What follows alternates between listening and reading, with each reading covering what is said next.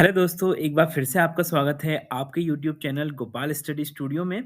दोस्तों, आज हम आपको बताने वाले हैं थ्रेड्स के बारे में। दोस्तों, थ्रेड्स तो सभी ने सुना होगा, यहाँ पे आप देख भी रहे होंगे कि जो भी हम बोल्ट्स यूज़ करते हैं या फिटिंग्स यूज़ करते हैं, न्यूमेटिक हो या हाइड्रोलिक हो, तो हर चीज़ में जहाँ पर भी आपके फास्टनर होते हैं, तो वहाँ पे आपका थ्रेड्स तो आपने सुना ही होगा। तो आइए समझते हैं थ्रेड्स के बारे में, क्या-क्या थ्रेड्स में इम्पोर्टेंट पैरामीटर्स होते हैं और कैसे आइडेंटिफिकेशन करते हैं हम थ्रेड्स का। तो सबसे पहला होता है दोस्तों जेंडर। तो जेंडर हमने दो दो तो सुने ही होंगे कि फीमेल थ्रेड और मेल थ्रेड। अब यहाँ पे मेल मेल और फीमेल के कॉम्बिनेशन में हमेशा ही थ्रेड्स का यूज़ होता है, क्योंकि सेपरेटली ना मेल काम का होता है ना फीमेल काम का होता है, क्योंकि जब भी ये कॉम्बिनेशन में यूज़ होगा तभी वो फास्टिंग करेगा। अब जैसे कि जिस पार्ट में एक्सटर्नल थ्रेड होते हैं, मतलब कि थ्रेड उसके बाहर रहेंगे, जैसे कि आपको इस पार्ट में दिख रहे होंगे, तो इसको बोलेंगे मेल थ्रेड। और अगर किसी पार्ट में अंदर की साइड थ्रेड होंगे, जैसे कि आपको यहाँ पे दिख रहे होंगे अंदर की साइड थ्रेड है, तो इसको बोलेंगे फीमेल। ठीक है? तो अब दूसरा आता है डायरेक्शन। तो डायरेक्शन, अब थ्रेड्स में क्या होता है दोस्तों, जो हमारी जो चूड़ियाँ होती हैं ना थ्रेड्स, तो उसमें राइट हैंड थ्रेड्स होती हैं और लेफ्ट हैंड थ्रेड्स होती हैं। अब समझते हैं राइट हैंड थ्रेड क्या होती है और लेफ्ट हैंड थ्रेड क्या होती है। अगर आप इस थ्रेड को सपोज़ इधर से आप घुमा रहे हैं, इधर से घुमाने पे आप अगर क्लॉकवाइज़ घुमा रहे हैं तो ये बॉटम की तरफ जा रही है, मतलब टाइट हो रही है, और एंटी क्लॉकवाइज़ घुमाने में ऊपर की तरफ आ रही है। तो ये राइट हैंड थ्रेड है, मतलब कि इसमें राइट हैंड साइड में जब हम घुमा रहे हैं तो ये टाइट हो रही है, मतलब क्लॉकवाइज घुमा रहे हैं तो ये टाइट हो रही है। अगर लेफ्ट हैंड थ्रेड की बात करें तो लेफ्ट हैंड थ्रेड में अगर यहाँ से हम देख रहे हैं, तो अगर हम इसमें क्लॉकवाइज घुमा रहे हैं तो ये लूज होती हैं, और एंटी क्लॉकवाइज घुमाने पे टाइट होती है, मतलब कि right hand thread just opposite to left hand thread. Direction और रोटेशन के हिसाब से भी हम दो टाइप से हमारी थ्रेड्स रहती है, राइट हैंड थ्रेड और लेफ्ट हैंड थ्रेड। तीसरा आता है दोस्तों डिज़ाइन। अब डिज़ाइन में क्या होता है, अब यहाँ पे देखेंगे मैंने एक फिटिंग का एग्जांपल लिया हुआ है। तो आप देख रहे होंगे कि ये दोनों फेस पैरेलल है। यहाँ पे आपको बिल्कुल पैरेलल दिख रहा होगा। तो अगर आपकी जो थ्रेड्स हैं वो पैरेलल हैं तो उसको पैरेलल थ्रेड बोलेंगे। अगर वो टेपर है, जैसे यहाँ पे आपको डायमीटर दिख रहा होगा ज़्यादा है, यहाँ पे आपको एक्सटर्नल डायमीटर कम दिख रहा होगा, तो ये टेपर दिख रहा है ना, ये टेपर जो है इसीलिए इसको बोलते हैं टेपर थ्रेड। ठीक है दोस्तों? तो ये विज़ुअल में आपको दिख जाएगा, देखने में आप समझ जाएँगे। अगर बहुत माइनर आपका टेपर है तो आपको मेज़र करना पड़ेगा। यहाँ पे आप यहाँ पे डायमीटर चेक करिए, यहाँ पे डायमीटर चेक करिए। अगर डायमीटर आपको चेंजेस दिखता है तो इसका मतलब वो टेपर थ्रेड है। ठीक है? और डायमीटर आपको जो चेक करना है वो क्रेस्ट पे चेक करना है। यहाँ पे जो पॉइंटेड दिख रहा है ना सबसे ये पॉइंट्स, इनमें चेक करना है। आपको रूट पे नहीं जाना है, आपको क्रेस्ट में चेक करना है। अब दोस्तों बात करते हैं क्रेस्ट और रूट की।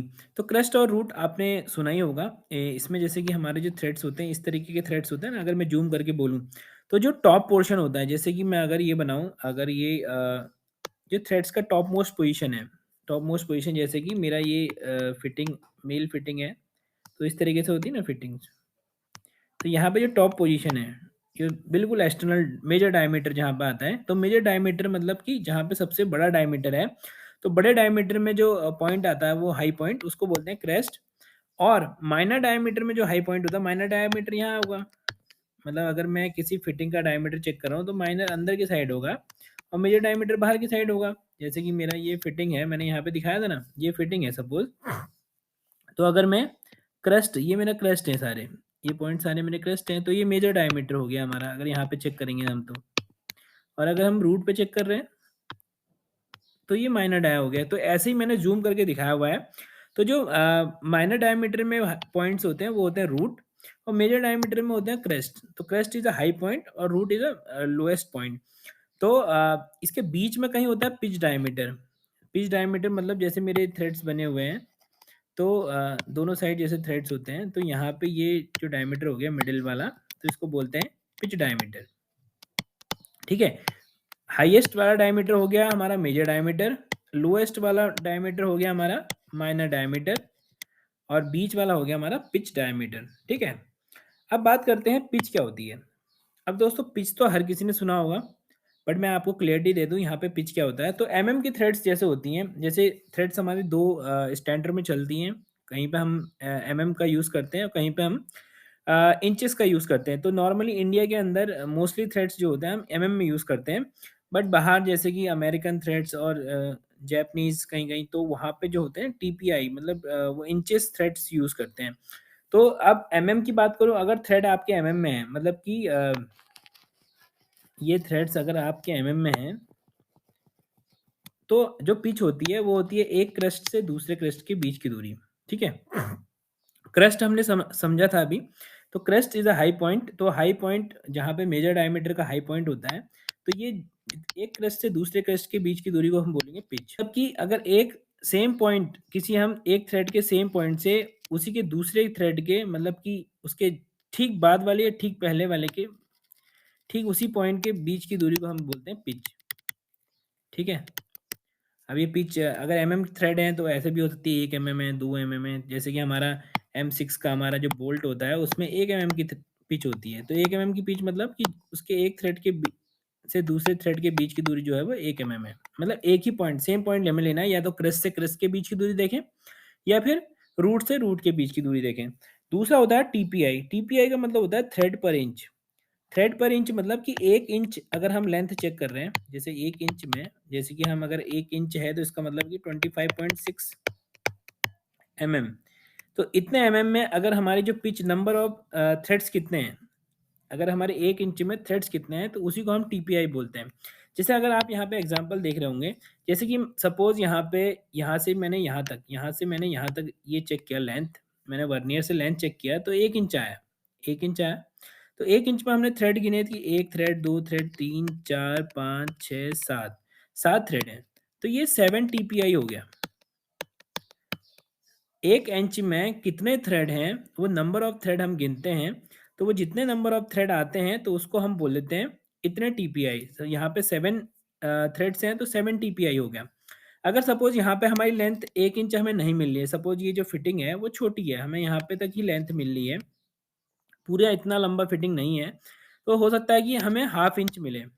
हाफ इंच मतलब हाफ इंच मिला, तो हाफ इंच में देख लेंगे कितने थ्रेड हैं। सपोज हाफ इंच में 3 थ्रेड हैं, तो 1 इंच में कितने हो जाएंगे, 6 थ्रेड हो जाएंगे। तो उस हिसाब से हम कैलकुलेट कर लेते हैं कि कितने टीपीआई। तो इस तरीके से हम इंचेस और एमएम में हमारे जो पिच और टीपीआई देखते हैं वो इस तरीके से देखते हैं। अब बात करते हैं डायमीटर्स की। डायमीटर्स मैं ऑलरेडी बता चुका हूँ कि क्या मेजर डायमीटर होता है, क्या माइनर होता है। अगर हम जैसे इस तरीके से हमारी जो थ्रेड होती है, थ्रेड हमारा यहाँ पे देख सकते होंगे, इसी तरीके से आप बोल्ट में देखें या फिटिंग में देखें तो इसी तरीके से आपको मेल पार्ट दिखता है, मेल पार्ट दिखता है। यहाँ पे आप देख रहे होंगे कि जो माइनर डायमीटर होता है, माइनर डायमीटर में आपका जो डिस्टेंस होती है वो होती है एक रूट से दूसरे रूट, देख रहे होंगे आप यहाँ पे रूट से रूट के बीच की दूरी, दोनों तरफ जो हमारे रूट्स हैं वो ये हैं।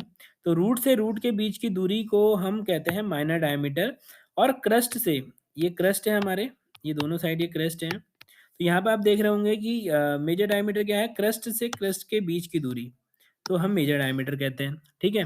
अब इन दोनों में कहीं आ जाएगी, अगर इन दोनों के बीच की बात करें, मतलब कि क्रस्ट और रूट के बीच की बात करें, तो वो पिच डायमीटर हो जाता है। जैसे कि यहाँ पे आप देख रहे होंगे, ये देखिए ये बीच से लिया हुआ है, क्रस्ट और रूट के बीच से दूसरे क्रस्ट और रूट के बीच की दूरी को हम बोलते हैं पिच डायमीटर। अब डेप्थ को क्या बोलेंगे, डेप्थ ये हो गई हमारा कि क्रस्ट से रूट के बीच की दूरी, एक साइड में हम देख रहे हैं अगर, तो यहाँ पे आप देख रहे होंगे इस तरीके से होता है ना, तो ये क्रस्ट है,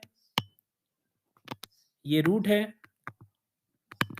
तो ये जो क्रस्ट और रूट के बीच की दूरी को हम बोल देते हैं। उसके बाद आती है हमारी पिच, ये मैं ऑलरेडी बता चुका हूँ कि एक क्रस्ट से क्रस्ट के बीच की दूरी ले लीजिए, मतलब सेम पॉइंट से अगर क्रस्ट के मिडिल से आप क्रस्ट के मिडिल, दूसरे क्रस्ट के मिडिल के बीच की दूरी ले रहे हैं तो यहाँ पे ये पिच हो जाएगी। या आप रूट के मिडिल से लेके दूसरे रूट के मिडिल तक की दूरी ले रहे हैं तो ये भी हमारी पिच हो जाएगी। तो पिच मतलब कि एक पॉइंट से दूसरे थ्रेड के सेम पॉइंट के बीच की दूरी को हम पिच बोल देते हैं। अब बात करते हैं एंगल्स की। अब एंगल्स यहाँ पे आपने फिटिंग में देखे होंगे या हो सकता है कहीं पे थ्रेड्स में भी जो बोल्ट्स होते हैं वहाँ पे भी आप देखते होंगे कि कुछ एंगल्स होते हैं। तो यहाँ पे आपको दिख रहा होगा, ये एंगल दिख रहा होगा आपको, ये यहाँ पे इस तरीके के एंगल हैं। तो ये एंगल, जो ये एंगल बनने ना दोस्तों, यहाँ पे जो एंगल बनता है ये कितने डिग्री का एंगल है, सपोज 60 डिग्री का एंगल है, तो जो फ्लैंक एंगल इसको बोलते हैं हम फ्लैंक एंगल, जो यहाँ पे एंगल बनना है तो इसी को हम फ्लैंक एंगल बोलते हैं। और यहीं पे अगर आप बात करते हैं जैसे टेपर, टेपर एंगल मतलब कि ये कितना टेपर है, जैसे कि ये थ्रेड्स यहाँ पे दिख रहा होगा, मैं यहाँ पे आपको समझाता हूँ। देखिए अभी यहाँ पे आपको कुछ एंगल दिखाई दे रहा होगा इस तरीके से, मतलब ये स्ट्रेट नहीं है, अगर मैं स्ट्रेट देखूँ तो ये ऐसे कुछ स्ट्रेट बनेगा, और अभी जो थ्रेड है वो इस तरीके से है। तो जो ये एंगल बनेगा ना दोस्तों, यहाँ पे एंगल जो बनेगा, इस एंगल को बोलते हैं टेपर एंगल। टेपर एंगल यहाँ पे आपको दिख रहा होगा 1 डिग्री 47 मिनट है। तो 1 डिग्री, डिग्री तो आप सभी को समझ में आता ही होगा। 47 मिनट मतलब कि ये 47 डिवाइड बाय 60 डिग्री, मतलब एक एक मिनट में हमारे जो होते हैं ना, 1 डिग्री में हमारे 60 मिनट होते हैं। तो उस तरीके से ये कन्वर्ट कर सकते हैं आप, कितना डिग्री टेपर एंगल है। ठीक है। तो दो टाइप के एंगल मैंने बताए, फ्लैंक एंगल जो कि यहाँ पे आपको दिख रहे होंगे थ्रेड्स के जो एंगल हैं उसको फ्लैंक एंगल बोलते हैं। और यहाँ पे आपको दिख रहा होगा कि यहाँ पे जो डायमीटर है वो कम होता जा रहा है, तो ये जो एंगल पे कम होता जा रहा है इसी को बोलते हैं टेपर एंगल। ठीक है। तो दोस्तों आज जो हमने पढ़ा वो सभी टाइप के हमने देखे कि जो भी हमारे सबसे पहले हमने देखा था कि थ्रेड्स में जेंडर्स क्या होता है, डायरेक्शन कैसे होती है, डिज़ाइन कैसा होता है, क्रेस्ट और रूट डायमीटर क्या होता है, पिच क्या होती है, डायमीटर्स कौन-कौन से होते हैं, एंगल्स कौन-कौन से होते हैं। तो ये सारी चीज़ें दोस्तों बेसिक ऑफ थ्रेड्स है। अगर आप इसको समझ जाएँगे तो आप कोई भी थ्रेड्स को आइडेंटिफ़ाई कर सकते हैं। और थ्रेड अगर आपको क्लियर हो जाएँगी तो आप कोई भी हाइड्रोलिक फिटिंग, न्यूमैटिक फिटिंग्स या कोई भी बोल्ट आपके जो भी नट होते हैं, बोल्ट होते हैं, उन सबको आइडेंटिफ़ाई कर सकते हैं। तो आशा करता हूँ आपको ये वीडियो पसंद आया हो और आप अपने जहाँ पे भी आप इसको यूज़ कर सकते हैं, आप करिए और आइडेंटिफ़ाई करने की कोशिश कीजिए कि आप थ्रेड को किस तरीके से आइडेंटिफ़ाई कर सकते हैं। बार मिलेंगे कुछ नए वीडियो के साथ जहाँ पे मैं आपको बताऊँगा कि हाइड्रोलिक फिटिंग्स कितने टाइप की होती हैं और हाइड्रोलिक फिटिंग्स को हम कैसे आइडेंटिफ़ाई करते हैं कि कौन-सी ये हाइड्रोलिक फिटिंग्स है। तब तक के लिए इजाज़त दीजिए। नमस्कार, जय हिंद, जय भारत।